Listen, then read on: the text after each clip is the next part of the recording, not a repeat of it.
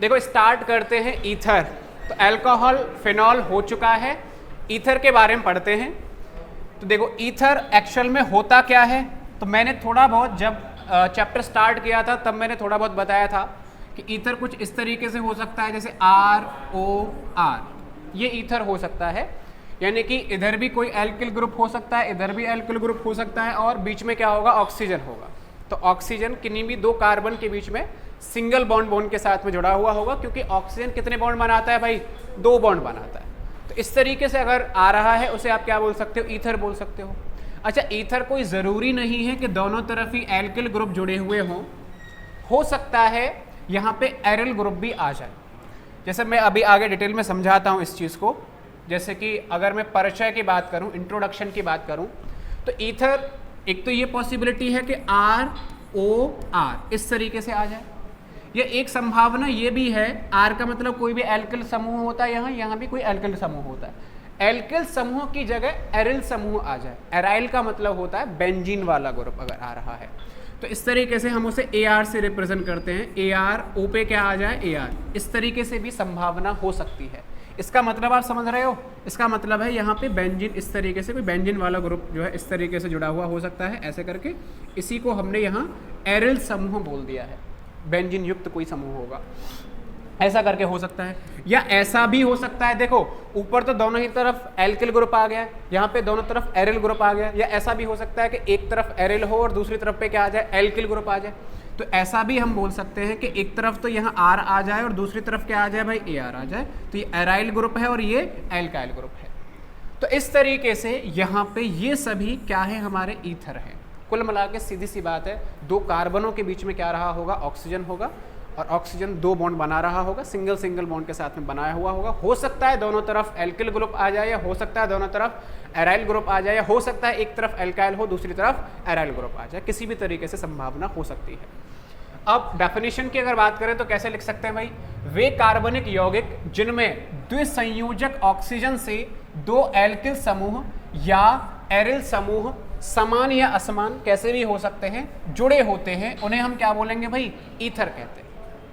तो द्विसंयोजी के मतलब समझ रहे हो ना, द्विसंयोजी ऑक्सीजन यानी ऑक्सीजन जो है 2 बॉन्ड बना रहा होगा, तो दोनों तरफ जो है एल्किल या फिर एरिल समूह जुड़े हुए होंगे, उसी को हम क्या बोल देंगे, ईथर बोल देंगे।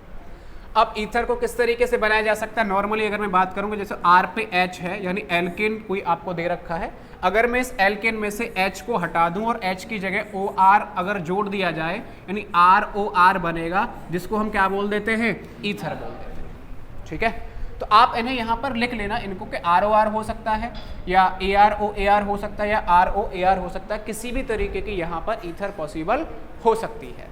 ठीक है भाई। अब ये भी जरूरी नहीं है कि दोनों तरफ एक ही जैसे हो, एल्काइल ग्रुप दोनों तरफ एक जैसे आए, कैसे भी हो सकते हैं, समान हो सकते हैं, असमान हो सकते हैं, किसी भी तरीके का एल्काइल ग्रुप हो सकते हैं, किसी भी तरीके का एराइल ग्रुप हो सकते हैं, कैसे भी हो सकते हैं। बस कंडीशन इतनी है, ऑक्सीजन दोनों कार्बन के बीच में जुड़ा हुआ होगा, उसी को हम क्या बोल देंगे, ईथर बोल देंगे। अब ईथर देखो कितने तरीके का पॉसिबल हो सकता है। ईथर के जो प्रकार हैं, हम बोलते हैं सरल या सममित ईथर, या एक होता है मिश्रित या असममित ईथर। बहुत सिंपल तरीके से इन्हें हम डिफाइन करते हैं।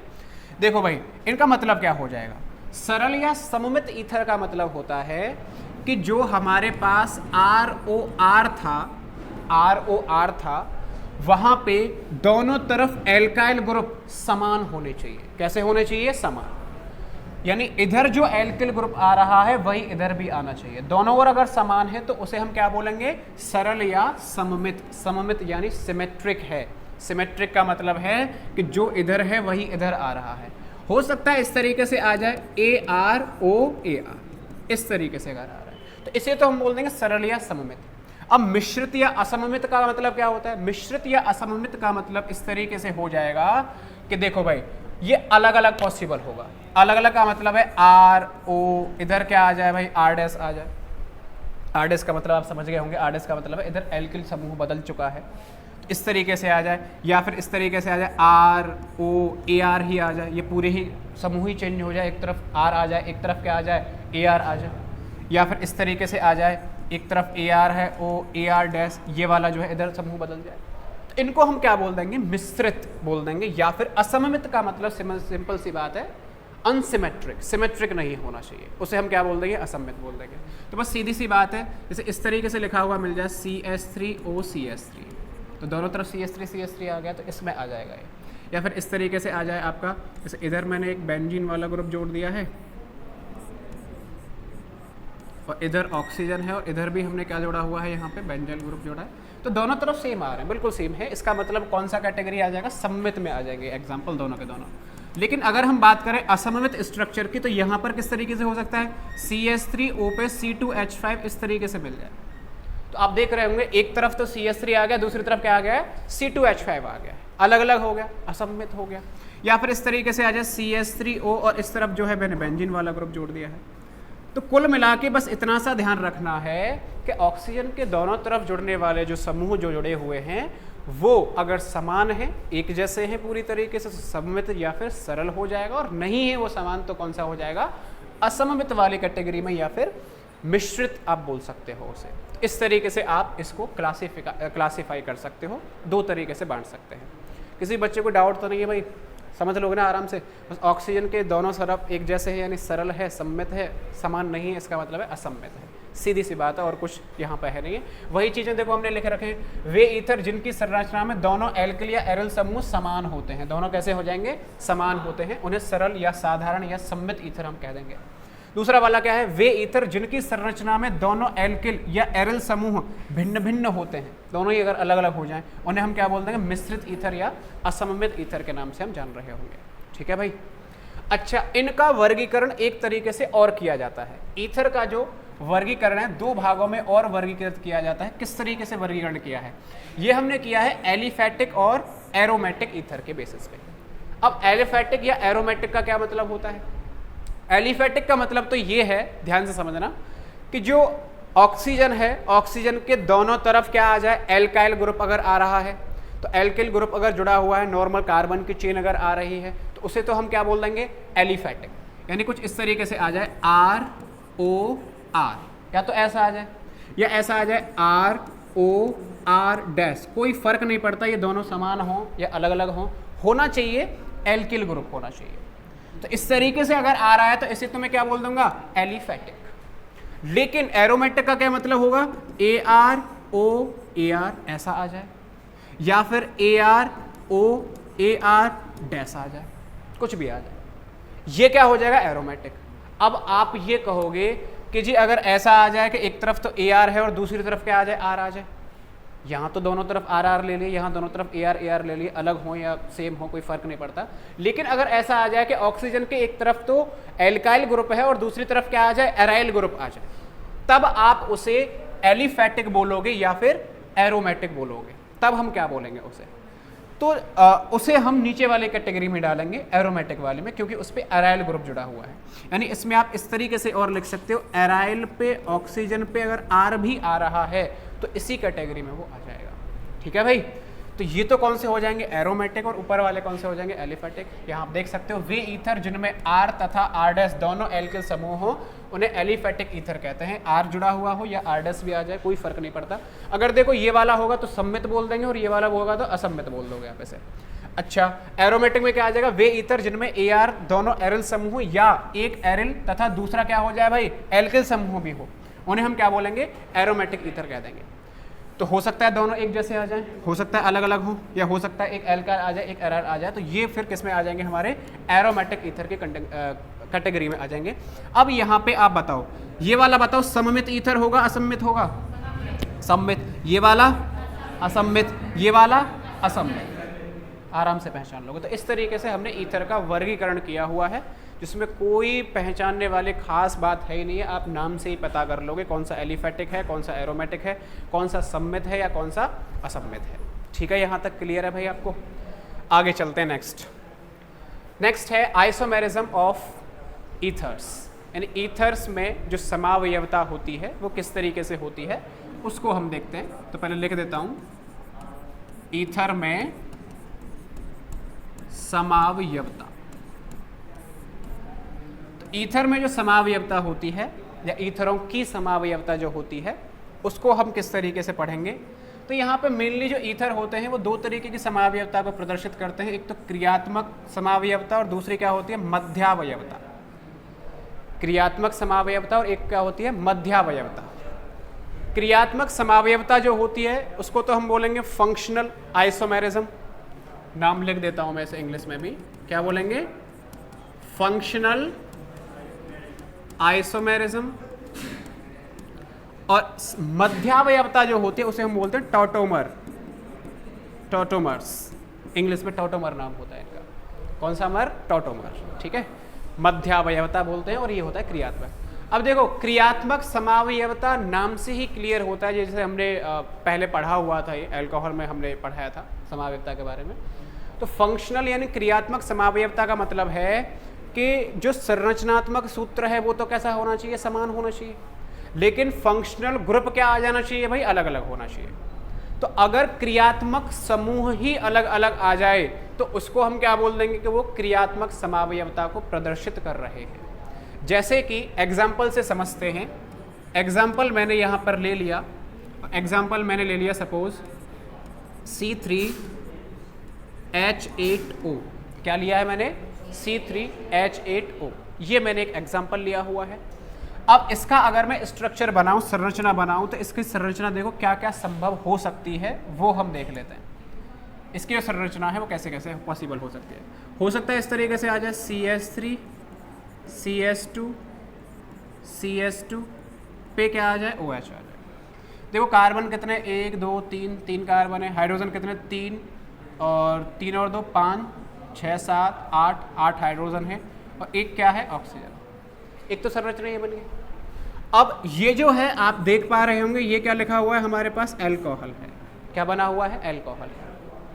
अच्छा ऐसा भी तो हो सकता है कि इसी का स्ट्रक्चर इस तरीके से बन जाए, जो यहाँ लिखा हुआ है कि CH3 CH2O पे CH3, ध्यान से देखो ऐसे हो सकता है ये संरचना इसकी इस तरीके से बन जाए। देखो कार्बन कितने, 1 2 3 3 कार्बन है, हाइड्रोजन चेक करो, 3 और 2 5 और 3 8 हाइड्रोजन हो गए और एक ऑक्सीजन है। यानी इसका भी सूत्र क्या आ रहा है, C3H8O, और इसका भी सूत्र क्या आ रहा है, C3H8O, लेकिन दोनों की संरचना अलग अलग है और दोनों यौगिक अलग अलग हैं। ये वाला अल्कोहल है और ये वाला क्या है भाई, ईथर है। ये वाला क्या है, ईथर है। तो इस तरीके से ये क्रियात्मक समावयवता आप बोल सकते हो कि क्रियात्मक समावयवता को प्रदर्शित करते हैं। क्रियात्मक यानी फंक्शनल ग्रुप ही यहाँ पे चेंज हो जाता है। एक तरफ तो ईथर बन रहा है, दूसरी तरफ क्या बना हुआ है, अल्कोहल बना हुआ है। क्लियर है। तो ये जो होता है फंक्शनल ग्रुप ही जहाँ पे बदल जाए, क्रियात्मक समावयवता बोली जाती है। अगला है मध्यावयवता। मध्यावयवता देखो होती क्या है, इस चीज़ को समझाता हूँ मैं पहले, एग्जाम्पल से पहले समझते हैं इसे। जैसे मैंने कोई एग्जाम्पल ले लिया, मैंने ले लिया C4H10O, ये ले लिया एक कि C4H10O हमें दे रखा है। इसके अगर हम स्ट्रक्चर बनाएं तो एक दो मैं स्ट्रक्चर बनाता हूँ इसका। हो सकता है स्ट्रक्चर इस तरीके से बना हुआ हो, CH3O CS2 CS2 CS3, ऐसा पॉसिबल हो सकता है। या हो सकता है इस तरीके से आ जाए CH3 CS2O CS2 पे क्या आ जाए, CH3, ऐसा भी पॉसिबल हो सकता है। दोनों में आप काउंट करके देखो, कार्बन कितने, 1 2 3 4 कार्बन है, और हाइड्रोजन कितने, 3 और 2 5 6 7 8 9 10, तो 4 कार्बन 10 हाइड्रोजन 1 ऑक्सीजन। इसमें भी काउंट करोगे तो 4 कार्बन 10 हाइड्रोजन 1 ऑक्सीजन, सेम ही मिला हुआ है। लेकिन संरचना क्या नजर आ रही है आपको, अलग अलग आ रही है, दिख भी रहा होगा। अब इन दोनों स्ट्रक्चर को अगर आप कंपेयर करोगे तो यहां देखो मिल क्या रहा है, दोनों में देखो है तो ये भी ईथर और ये भी ईथर, दोनों ही ईथर हैं। फर्क इतना है कि यहाँ पे जो ऑक्सीजन वाला लिंकेज है, इसके साइड में एक तरफ तो 1 कार्बन है और एक तरफ कितने हैं, 3 कार्बन, और यहाँ पे जो ऑक्सीजन वाला लिंकेज है, इसके तरफ एक तरफ 2 हैं और एक तरफ 2, यानी 1 कार्बन इधर से अगर मैं इधर शिफ्ट कर दूं तो ये वाला बन जाएगा। इस तरीके के जो आइसोमर्स होते हैं इनको ही हम बोलते हैं मध्यावयवता। क्या बोलते हैं, मध्यावयवता। ऑक्सीजन जो बॉन्ड जहाँ पे बना हुआ है उसके दोनों तरफ जो एल्काइल ग्रुप जुड़े हुए हैं वो क्या हो जाए भाई, अलग अलग हो जाए। और कंडीशन क्या है, सूत्र समान होना चाहिए, जो संरचना सूत्र है ये वाला समान होना चाहिए, ये समान है और ऑक्सीजन के साइड में अगर अलग अलग जुड़े हुए हैं, ये केवल और केवल ऑक्सीजन की ही बात नहीं हो रही, कोई भी दे रखा हो, CO ग्रुप अगर दे रखा हो उसके साइडों में अलग अलग अगर आ रहे हैं तो वो भी क्या शो कर देंगे, मध्यावयवता शो कर देते हैं, अलग अलग अगर जुड़े हुए हों तो। ठीक है, तो इस तरीके से हम बोल देते हैं ये मध्यावयवता है। डेफिनेशन देख सकते हो, जब भिन्न भिन्न एल्किल या एरल समूह एक समान बहुसंयोजी परमाणु या फिर समूह से जुड़े होते हैं तो वह समावयवता कहलाती है, तो वह मध्यावयवता समावयवता कहलाती है, मध्यावयवता कहलाती है। और यहाँ क्या है, वह समावयवता जिसमें समावयवी यौगिक में क्रियात्मक समूह प्रकृति भिन्न भिन्न होते हैं, यहाँ डिफरेंट हो जाएगा। यहाँ पे क्या है, अल्कोहल है, इधर क्या आ रहा है, ईथर आ रहा है, तो उसे हम क्या बोलेंगे, क्रियात्मक समावयवता बोल देंगे। ठीक है, तो यहाँ तो फंक्शनल ग्रुप अलग अलग आ रहा है और यहाँ पर जो है साइडों में अलग अलग जुड़े हुए होंगे। तो इस तरीके से आप बता सकते हो कि कौन सा मध्यावयवता को प्रदर्शित करेगा और कौन सा क्रियात्मकता को प्रदर्शित कर रहा होगा। नेक्स्ट अगला है नोमेनक्लेचर ऑफ ईथर्स। नोमेनक्लेचर यानी ईथर के कुछ IUPAC नेम या कॉमन नेम पॉसिबल हो सकते हैं। नामकरण की अगर बात की जाए तो नोमेनक्लेचर, नामकरण अगर देखा जाए तो नामकरण दो तरीके से हो सकता है भाई। एक तो क्या होता है, कॉमन नेम, और एक क्या होता है हमारा IUPAC नेम। तो दो तरीके के नाम होते हैं। कॉमन नेम को हिंदी में क्या बोलते हैं, उपनाम। ठीक है, ये उपनाम है। तो उपनाम और IUPAC नेम, हमें दो तरीके के नेम हमें लिखते हैं। अब यहाँ पे उपनाम अगर लिखना है या साधारण नाम अगर आपको लिखना है तो किस तरीके से आप लिखोगे। इस पद्धति में ईथर का नाम ऑक्सीजन से जुड़े एल्किल समूहों के नाम के आधार पर रखते हैं। इनमें एल्किल समूहों के नाम के बाद ईथर शब्द का प्रयोग किया जाता है। ईथर शब्द का क्या करोगे, यहाँ पर प्रयोग किया जाएगा पूरा का पूरा। जैसे कि एग्जाम्पल मैंने ले लिया, जैसे आपको दे दिया जाए CH3O पे क्या दे दिया जाए भाई, CH3, ये है, और इसका हमें क्या लिखना है, नाम लिखना है कि नाम इसका क्या रहा होगा। कॉमन नेम की बात हो रही है। तो इधर क्या आ रहा है, मिथाइल, इधर क्या आ रहा है, मिथाइल। कितने मिथाइल, 2 मिथाइल। क्या बोल दोगे, डाई मिथाइल ईथर। क्या बोल दोगे, डाई मिथाइल ईथर। इसका नाम आ गया डाई मिथाइल ईथर, इंग्लिश में लिख लो, डाई मिथाइल ईथर। वैसे शुद्ध हिंदी में अगर लिखते तो ऐसे करके लिखा जाता है, डाई मैथिल ईथर। ठीक है, अगर यहीं पे कुछ इस तरीके से होता भाई, CH3O CH2 CH3, इस तरीके से अगर आ रहा हो तो एक तरफ तो क्या आ गया है, मिथाइल ग्रुप है, और एक तरफ क्या है, इथाइल ग्रुप है। आप देख पा रहे हो, एक कार्बन यानी मिथाइल ग्रुप है, इधर 2 कार्बन यानी इथाइल ग्रुप है। तो क्या लिखोगे, इथाइल मिथाइल ईथर। ईथर नाम आएगा, साधारण नाम या कॉमन नाम लिखना है, तो बाद में आपको क्या लगा देना है, ईथर लगा देना है। अब आप कहोगे कि जी मिथाइल पहले क्यों नहीं लिखा है, तो यहाँ पे वही आता है अल्फाबेटिकल ऑर्डर, ईथर ई पहले आता है, एम बाद में आता है। तो क्या लिखेंगे इसका हम नाम, इथाइल मिथाइल ईथर, इसका कॉमन नेम हो जाएगा। अच्छा, अगर IUPAC नेम लिखना है तो हमें क्या करना पड़ेगा, क्या रूल है उसको और देख लेते हैं। तो IUPAC पद्धति के अनुसार ईथर हाइड्रोकार्बनों का व्युत्पन्न माना जाता है, जिसके कारण इनका एल्कोक्सी एल्केन के रूप में नामकरण किया जाता है। एल्कोक्सी एल्केन का मतलब है, जैसे एक कार्बन है तो मिथॉक्सी लगा दोगे, 2 हैं इथॉक्सी, मिथॉक्सी, इथॉक्सी, प्रोपॉक्सी, इस तरीके से ऑक्सी वर्ड का हम यूज़ करते हैं। एल्कोक्सी जो एल्केन होता है उसके पीछे ऑक्सी लगा देते हैं, उससे हम IUPAC नेम लिखते हैं। अच्छा देखो, यहाँ पर मैं इन्हीं का नाम लिख के बताता हूँ। जैसे CH3O पे CH3, ध्यान से देखना, थोड़ा सा हटके है इनका IUPAC नेम, अच्छे से समझना है आपको। ये हैं, अब आपको क्या लिखना है इनके भाई, IUPAC नेमिंग करना है। तो सबसे पहले आपको करना पड़ेगा, एक चेन सेलेक्ट करनी पड़ेगी, चेन यानी कार्बन की चेन। अब देखो, या तो इधर साइड में चेन मान लो या इधर साइड में मान लो। चेन कौन सी मानी जाएगी भाई, जहां पे कार्बनों की संख्या बड़ी से बड़ी होगी, आवाज नहीं, जहां पे कार्बन ज्यादा से ज्यादा होंगे उस तरफ आप चेन मानोगे। देखो इधर कितने कार्बन, 1, इधर भी कितने कार्बन, 1, किसी को भी आप चेन मान लो, कोई फर्क नहीं पड़ेगा। मैंने इसको चेन मान लिया, कितने कार्बन की चेन हो गई, 1 कार्बन की। ये अब जो पूरा बचा हुआ है इसको आप क्या मान लोगे भाई, आप एक तरीके से एज ए ब्रांच, शाखा की तरीके से ट्रीट करो। किसकी तरीके से, शाखा, ब्रांच है। तो इसका नाम क्या हो जाएगा, वैसे तो मिथाइल बोलते थे लेकिन इस पे ऑक्सीजन जुड़ा हुआ है, तो अब इसका नाम हो जाएगा मिथॉक्सी। तो क्या लिखेंगे, मिथॉक्सी एक कार्बन है यानी मैथ, और सब सिंगल बॉन्ड है तो एन, तो इसका नाम होगा मेथॉक्सी मेथेन। अगर मैं इसकी बात करूं तो देखो ऑक्सीजन के इधर देखो एक कार्बन है, ऑक्सीजन के इधर देखो दो कार्बन है, तो चेन किस तरफ हो जाएगी, दो कार्बन की ओर, यानी क्या आएगा 1 2, ये अब क्या बन जाएगा, ब्रांच बन जाएगा। तो क्या आ रहा है, ये मिथॉक्सी आ रहा है, यानी मिथॉक्सी, दो कार्बन यानी एथेन, तो मिथॉक्सी एथेन, इस तरीके से इसका नाम होगा।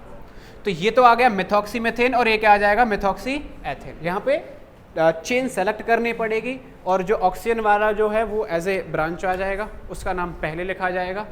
जो मिथाइल वगैरह आप लिखते आए हो, अब वहाँ पर क्या आएगा, मिथॉक्सी, इथॉक्सी, प्रोपॉक्सी, इस तरीके से नाम लिखना पड़ेगा, ठीक है। और हम एग्जाम्पल देखते हैं, देखो इनके 1 by 1। जैसे पहला वाला ये तो वही दे रखा है, ये दोनों वही है जो अभी मैंने करवाए थे।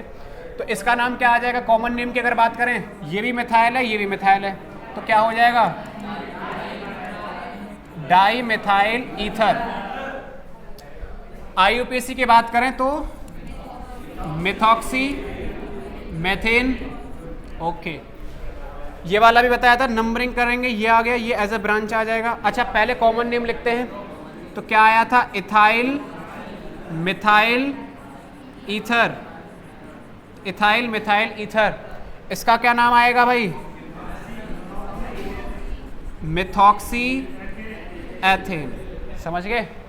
आगे देखिए, और ये वाला है, देखो दोनों तरफ ही देखो, इधर भी क्या है, इथाइल ग्रुप है, इधर भी क्या है, इथाइल, तो डाई इथाइल, तो di ethyl ether, di ethyl ether.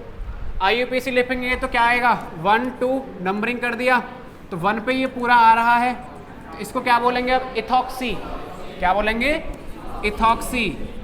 कितने कार्बन है, 2, तो 2 कार्बनों के लिए क्या आएगा, एथ, इथॉक्सी एथेन। क्लियर है। चलो आगे चलते हैं, और ये वाला आ गया, तो देखो नंबरिंग करेंगे तो 1 2 3, ये एज ए ब्रांच आएगा। अच्छा अगर कॉमन नेम लिखें तो इधर क्या आ रहा है, मिथाइल, और ये वाला क्या आ जाएगा, प्रोपाइल, मिथाइल प्रोपाइल। M पहले आता है, P पहले आता है, M पहले आता है, तो पहले मिथाइल लिख देंगे, तो क्या आ जाएगा, मिथाइल, 3 कार्बन है, 3 कार्बन का मतलब प्रोपाइल ईथर। समझ रहे कॉमन नेम कैसे लिखना है, इधर उधर देखो क्या जुड़ा हुआ है, बस वो लगा दो। तो methyl ethyl, sorry methyl propyl ether. अच्छा IUPAC नेम लिखेंगे तो ये क्या है, मिथॉक्सी, मिथॉक्सी प्रोपेन, ये IUPAC नेम, ठीक है। अगला देखो भाई, नेक्स्ट ये वाला आया है, ध्यान से देखेंगे इसे। इधर क्या है, मिथाइल है। अच्छा ये बताओ ये क्या है, 3 कार्बन है, अगर तीनों कार्बन सीधे सीधे थे तो क्या आ गया था, प्रोपाइल। अब सीधे सीधे तो है नहीं यहाँ पे, तो इसको हम क्या बोलते हैं, आइसोप्रोपाइल। क्या बोलेंगे, आइसोप्रोपाइल। तो क्या आ जाएगा, isopropyl methyl ether. IUPAC name करते हैं, तो IUPAC नेम करने के लिए क्या करना पड़ेगा, नंबरिंग करनी पड़ेगी भाई। अच्छा नंबरिंग बताओ मैं कहाँ से, इधर साइड से करूँ, इधर साइड से करूँ, इधर से करनी पड़ेगी। अगर आप इधर से अगर नंबरिंग कर रहे हो तो ध्यान से देखो, क्या मैं इसे 1 दूँ, अगर इसे 1 नाम दे दिया तो ये इधर 2 रह जाएगा केवल। तो आप ऐसा करो ना कि 1 2 3, ज़्यादा से ज़्यादा कार्बन की चेन होनी चाहिए। अब ध्यान से देखो, जो ये मिथॉक्सी ग्रुप आया है वो कौन से कार्बन पे आया है, दूसरे पे आया है। अभी तक कहाँ पे आ रहा था, पहले पे आ रहा था, तो पहले को हम दिखा नहीं रहे थे, लेकिन अब क्योंकि ये 2 पे आया है तो आपको दिखाना पड़ेगा कि 2 पे क्या है, मिथॉक्सी है। तो ये शो करना पड़ेगा कि 2 पे मिथॉक्सी है, तो 2 मिथॉक्सी प्रोपेन। समझ गए आप लोग क्या कहा है हमने। तो नंबरिंग इसीलिए की जा रही है कौन से कार्बन पे आ रहा है, बस आप इसे एज ए ब्रांच ट्रीट करो और कोई महत्व मत दो आप यहाँ पे, इस तरीके से हो जाएगा। अच्छा अगर इसकी बात की जाए भाई, तो देखो ये वाला बताओ, अगर मैं कॉमन नेम लिखूंगा तो इसको क्या बोलूँगा, कितने कार्बन मतलब कितने आ रहे, 1 2 3 4 हैं। ब्यूटाइल है, ब्यूटाइल में कौन सा है, टर्शरी है, 3 डिग्री दिख रहा होगा, 3 कार्बन से जुड़ा हुआ है, तो ये तो टर्शरी ब्यूटाइल है। और ये क्या है भाई, मिथाइल है, तो क्या लिखेंगे, मिथाइल टर्शरी ब्यूटाइल ईथर। ये तो हो गया कॉमन नेम। अगर मैं बात करूं IUPAC नेमिंग की, तो नंबरिंग करना पड़ेगा। तो देखो ध्यान से जरा अच्छे से देखना, 1 2 3, क्या चारों कार्बन आ जाएंगे? नहीं आ पाएंगे। अब देखो ब्रांच कितनी बन जाएंगी, 1 2 3, ये भी ब्रांच और ये भी क्या बन गया, ब्रांच, 2 ब्रांच है। तो 2 पे क्या है, मिथाइल, और 2 पे क्या है, मिथॉक्सी। आप बताओ पहले मिथाइल लिखें या मिथॉक्सी लिखें? चेक करना पड़ेगा, देख लो यहां से, मेथाइल और मेथॉक्सी, यहां तक तो सेम आ रहा है, यहाँ O आ रहा है, यहाँ Y आ रहा है, O वाला पहले आएगा। तो क्या आ जाएगा भाई, 2 पे मिथॉक्सी और 2 पे ही क्या है, मिथाइल, और 3 कार्बन है यानी प्रोपेन। समझ गए? अगला देखिएगा, ये आ गया, इसका वैसे तो नाम होता है एनिसॉल। क्या बोलते हैं इसे, एनिसॉल कॉमन है, ज़्यादातर जो यूज़ किया जाता है। लेकिन अभी जो हम पढ़ते आ रहे हैं, जो हम रूल पढ़ते आ रहे हैं, तो और हम उसके अकॉर्डिंग क्या लिख सकते हैं, इसका दूसरा नाम क्या लिख सकते हैं, ऑक्सीजन के इधर क्या आ रहा है, मिथाइल, और ये वाला क्या हो जाएगा, बेंजीन को क्या बोलते हैं, फिनाइल। क्या बोलते हैं जब ब्रांच के रूप में, फिनाइल। तो क्या हो जाएगा, मिथाइल फिनाइल ईथर। अब P पहले आता है, M पहले आता है, M पहले आता है, तो मिथाइल फिनाइल ईथर। लेकिन इसका ज़्यादातर नाम हम ऊपर वाला ही यूज़ करते हैं, एनिसॉल। क्या याद रखते हैं, एनिसॉल। अगर बेंजीन के ऊपर OCH3 आ जाए तो एनिसॉल बोला जाएगा। अच्छा, IUPAC नाम क्या हो जाएगा भाई, बताइए?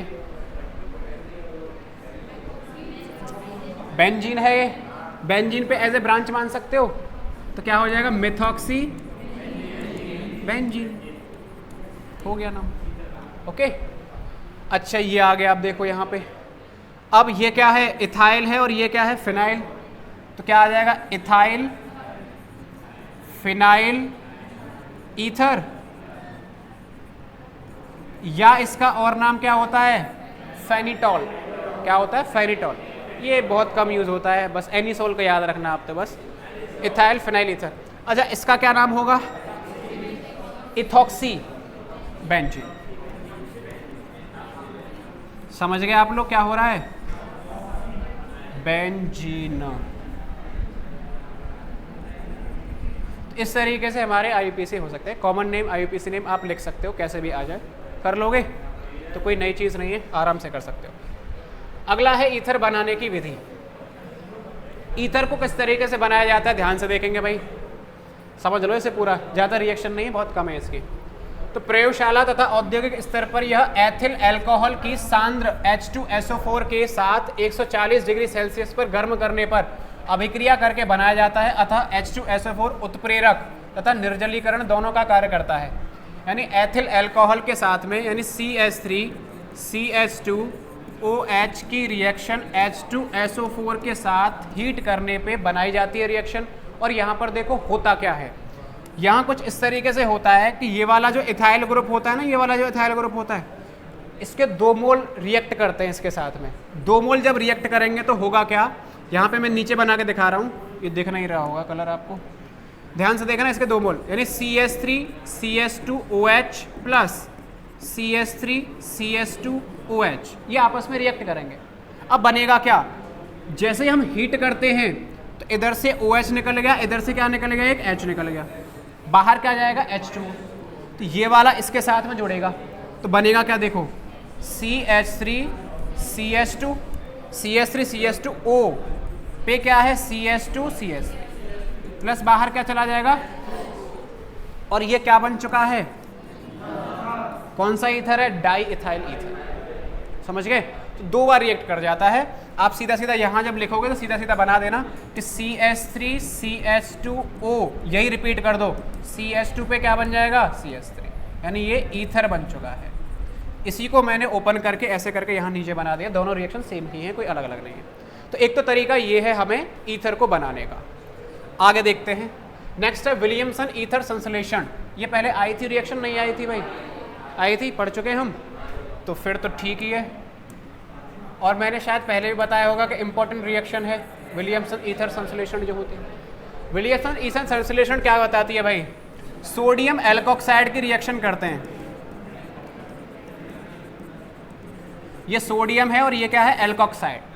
तो सोडियम एल्कोक्साइड की रिएक्शन किसके साथ में करते हैं, एल्किल हैलाइड। एल्किल हैलाइड, यानी कोई भी एल्काइल ग्रुप पे क्या होगा, हैलोजन होगा। हीट कर दिया, अब क्या करेंगे, यहां से NaX निकल जाता है, इधर से सोडियम निकलेगा, इधर से क्या निकलेगा, X, हैलाइड निकलेगा, बनेगा क्या, ROR डैश, बोले तो क्या बन गया भाई, ईथर। इसी को बोलते हैं विलियमसन ईथर संश्लेषण। नाम से ही पता चल रहा है कि ईथर को बनाने की एक विधि है जो किसने दी थी, विलियमसन ने दी थी। ईथर को बनाने की विधि है, किसने दी थी, विलियमसन ने दी थी। तो इस तरीके से आप जो है इस तरीके से ईथर को बना सकते हो, बहुत सिंपल है। कोई भी सोडियम एल्कोक्साइड होगा, एल्काइल हैलाइड के साथ में अभिक्रिया करवाई जा रही होगी, इससे ईथर की हमें प्राप्ति हो जाती है। और ये जो रिएक्शन होती है आप यहाँ देख सकते हो, यह सम्मित तथा ईथरों को बनाने, सम्मित तथा असम्मित, असम्मित दोनों तरीके के ईथर बनेंगे। सम्मित तथा असम्मित ईथरों को बनाने की एक विधि है। सोडियम एल्कोक्साइड की अभिक्रिया एल्किल हैलाइड से कराने पर नाभिक स्नेही द्वारा हैलाइड को प्रतिस्थापित कर दिया जाता है और ईथर प्राप्त होता है। यह अभिक्रिया विलियमसन ईथर संश्लेषण कहलाती है। एग्जाम्पल देखो भाई, नीचे क्या दे रखा है, CH3ONa प्लस क्या दे रखा है, CH3I। तो क्या बनेगा, इधर से Na निकलेगा, इधर से I निकलेगा, आपस में जोड़ दो, क्या बन जाएगा, CH3O पे ईथर बन गया। इस तरीके से कर सकते हो। हाँ वो तो निकाल ही देना, खैर ये तो साइड प्रोडक्ट तो आप निकाल ही दोगे। NaI ऊपर क्या निकल जाएगा, NaX। अच्छा अगला एग्जांपल देखो, यहाँ से Na निकलेगा, इधर से I निकलेगा, क्या बन जाएगा, C2H5O पे क्या आ जाएगा, CH3 प्लस NaI। अगली वाली में क्या हो जाएगी भाई, देखो देखो फिनॉल है, फिनॉल की अभिक्रिया NOH के साथ में करवाते हैं तो क्या बनता है, यहाँ पे ONa यहाँ जाकर जुड़ जाता है क्योंकि H2O यहाँ से बाहर निकल जाता है। ये रिएक्शन कई बार आ चुकी है, फिनॉल से ये सोडियम फिनॉक्साइड बनता है जो। अब सोडियम फिनॉक्साइड की रिएक्शन CH3I के साथ में करवाइए तो क्या हो जाएगा, यहाँ से भी Na निकलेगा, इधर से क्या निकल जाएगा, I। जैसे निकलेगा तो बनेगा क्या, बेंजीन पे O और O पे क्या आ जाएगा भाई, ये CH3 और प्लस बाहर क्या चला जाएगा, Na। तो ऐसा नहीं है ये एल्काइल वाले के साथ में चलेगा, ये बेंजीन भी जुड़ा हुआ है तो उसके साथ में भी सेम तरीके से रिएक्ट करेगा। ठीक है, नेक्स्ट है इसकी लिमिटेशंस क्या है, लिमिटेशंस और देख लेते हैं भाई। जैसे आपको दे दिया जाए टर्शरी ब्यूटाइल करके, इस तरीके से दे दिया जाए, 3 डिग्री आपको दिया हुआ है, 3 डिग्री हैलाइड दे दिया जाए। अब 3 डिग्री हैलाइड के साथ में यहाँ पर आपको एल्किल के साथ में सोडियम दिया हुआ है। तो अगर आप ऐसा कर दो कि इधर से Na निकल गया, इधर से Br निकल गया और इन्हें जोड़ के आप जो है बना दो, तो ये रिएक्शन ऐसे नहीं होती, ईथर नहीं बनता है। अगर यहाँ पे 3 डिग्री दे रखा है, 3 डिग्री हैलाइड दे रखा है, 2 डिग्री हैलाइड दे रखा है, तो वहाँ पर ये रिएक्शन नहीं करता है। तब देखो क्या होता है, यहाँ पर ये एल्किन में कन्वर्ट हो जाएगा, यानी Na के साथ में जुड़ता है, प्लस में C2H5OH, यानी यहाँ से ये बॉन्ड ब्रेक करेगा इधर से, और इधर से एक हाइड्रोजन ब्रेक करेगा, यहाँ से हाइड्रोजन हटा, यहाँ से Br हटा, तो इन दोनों के बीच में क्या आ जाएगा, डबल बॉन्ड। हाइड्रोजन हटा, Br हटा, दोनों के बीच में डबल बॉन्ड आ जाएगा और जो हाइड्रोजन है वो यहाँ जुड़ जाएगा, तो इधर क्या बनेगा, ये अल्कोहल बन जाता है। यानी यहाँ पर लिखा हुआ है only 1 degree alkyl halide is used in this method, केवल 1 डिग्री एल्किल हैलाइड का ही आप यूज कर सकते हो। 2 डिग्री और 3 डिग्री हैलाइड से आप ईथर जो है नहीं बना सकते हो। 2 डिग्री और 3 डिग्री अगर हैलाइड आ रहे हैं तो ईथर नहीं बनाएगा, बल्कि क्या बना देगा, वो एल्कीन बना देगा। क्या बना देगा, एल्कीन। ये लिमिटेशंस हैं, लिमिटेशन कभी कभी यूज़ होती हैं, ज़्यादातर कॉम्पिटिटिव एग्जाम्स के अंदर यूज़ होती हैं, बोर्ड में तो बहुत कम आती है खैर ये वाली रिएक्शन, लेकिन आगे यूज़ हो सकता है इसका, तो ध्यान रखना। 2 डिग्री हैलाइड या 3 डिग्री हैलाइड अगर आ जाए तो ईथर ना बन के क्या बनता है, एल्किन बन जाएगा। ठीक है, नेक्स्ट फिजिकल प्रॉपर्टीज ईथर्स की क्या क्या है, बहुत सिंपल है ये तो। डाई मिथाइल ईथर एवं डाई इथाइल ईथर गैस होते हैं एवं अन्य ईथर द्रव अवस्था में होते हैं। तो डाई मिथाइल ईथर और डाई इथाइल ईथर तो क्या होते हैं भाई, गैस, और अन्य ईथर क्या होते हैं भाई, द्रव अवस्था में होते हैं। अगला क्या है, ईथर की वाष्पशीलता अधिक होती है तो वेपर्स में आराम से चले जाते हैं। ईथर पानी से हल्के होते हैं, इसलिए यह पानी पर तैरते हैं क्योंकि इनका घनत्व क्या होता है भाई, कम होता है। ईथर को डाल दोगे डेंसिटी कम के कारण तैरने लग जाते हैं। इनकी जल के अंदर घुलनशीलता कम होती है क्योंकि डेंसिटी कम होती है इनकी, जबकि क्लोरोफॉर्म और बेंजीन में यह अधिक घुलनशील होते हैं। तो सॉल्युबिलिटी इनकी जो ऑर्गेनिक कंपाउंड्स होते हैं वहाँ पर तो घुल जाते हैं, लेकिन जल में बहुत कम होती है। क्योंकि ईथर हाइड्रोजन बंध नहीं बनाता है, इसलिए इनका क्वथनांक एल्कोहल की तुलना में क्या होता है, कम होता है, तो क्वथनांक भी कम होता है। ये इनके फिजिकल प्रॉपर्टीज है। अब क्या बच गई, केमिकल प्रॉपर्टीज। 2-3 रिएक्शन है वो और देख लो।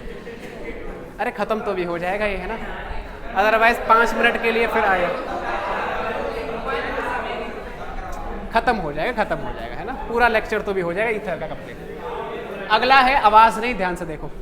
ईथर के रासायनिक गुणधर्म, केमिकल प्रॉपर्टीज क्या है ईथर का। तो पहली है ठंडे HI यानी हाइड्रोजन आयोडाइड के साथ अभिक्रिया। बहुत सिंपल तरीके से है, बहुत ही सिंपल तरीके से हाइड्रोजन आयोडाइड के साथ में। ये रहा ईथर, किसके साथ में रिएक्शन करवानी है, हाइड्रोजन आयोडाइड।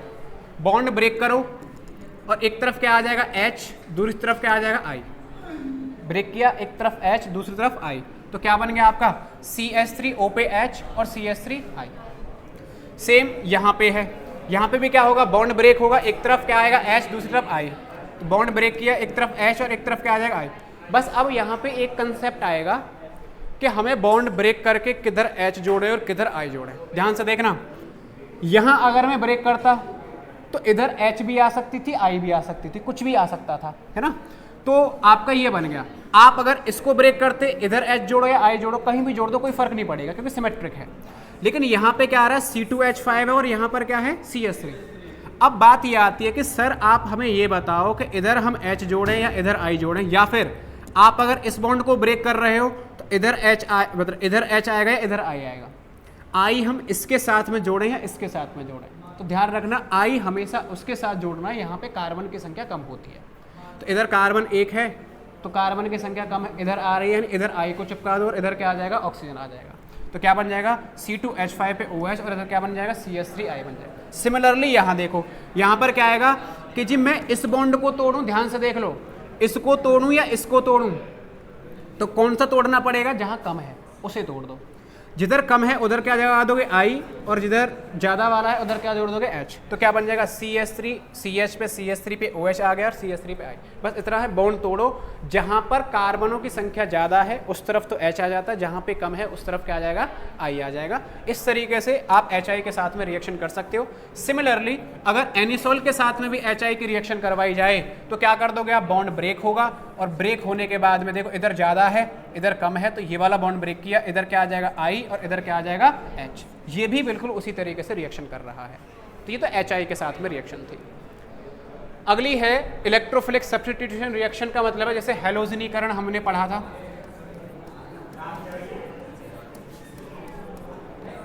देखो हैलोजनीकरण यानी ब्रोमीन के साथ में अभिक्रिया अगर करवाई जाए, तो अगर ब्रोमीन के साथ में रिएक्शन करवाएंगे तो वही है ऑर्थो और पैरा पे जुड़ जाएगा। ध्यान से देख लो, ऑर्थो पे हाइड्रोजन है, यहाँ पे भी हाइड्रोजन है, तो ऑर्थो या पैरा पे ब्रोमीन जोड़ दोगे आप और क्या आ जाएगा, HBr जो है बाहर निकल जाएगा, दोनों ही। तो 2 प्रोडक्ट बनेंगे, एक ऑर्थो वाला और एक पैरा वाला। पैरा वाला क्या बनेगा, मेजर, ऑर्थो वाला क्या बनेगा, माइनर। ये वही है जो हमने वहाँ फिनॉल में पढ़ा था या अल्कोहल में पढ़ा था, वो जो आ रहे थे वही है पूरा का पूरा। सिमिलरली ये वाली रिएक्शन है, अगर नाइट्रेशन करवाया जाए तो किसके साथ में करवाते हैं हम, HNO3। ये क्या लिखा हुआ है, HNO3। तो एक ऑर्थो पे बनेगा, एक पैरा पे बनेगा। तो एक बार ऑर्थो पे NO2 जोड़ दो, एक बार पैरा पे NO2 जोड़ दो, 2 ही यहाँ पे बनेंगे। ये मेजर बन जाएगा और ये क्या बन जाएगा, कुछ भी नई चीज़ नहीं है, बस वही है ऑर्थो और पैरा वाला। इसी तरीके से फ्रीडल क्राफ्ट अभिक्रिया है, फ्रीडल क्राफ्ट अभिक्रिया। फ्रीडल क्राफ्ट अभिक्रिया मैंने आपको बताया था 2 प्रकार की हो सकती है, एक तो एल्किलीकरण,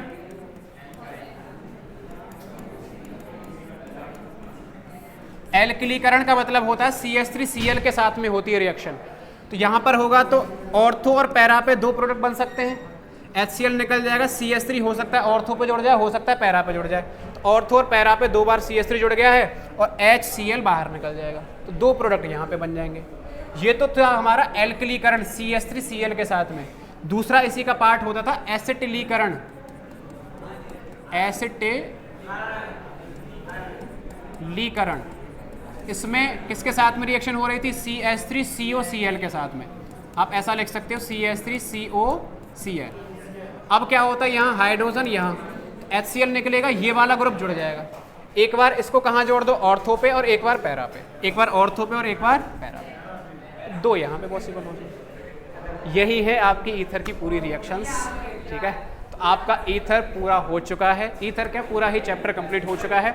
एनसीईआरटी की जो रिएक्शंस दे रखी हैं उनको आप पूरा कर लेना घर पे जाके एक बार, ठीक है, ज़रूर करना है। ये क्या कह रहे हो, चैप्टर ख़त्म है आपका, ठीक है। तो अल्कोहल, फिनॉल, ईथर पूरा हो चुका है, पढ़ लेना, रिकॉल कर लेना अच्छे से।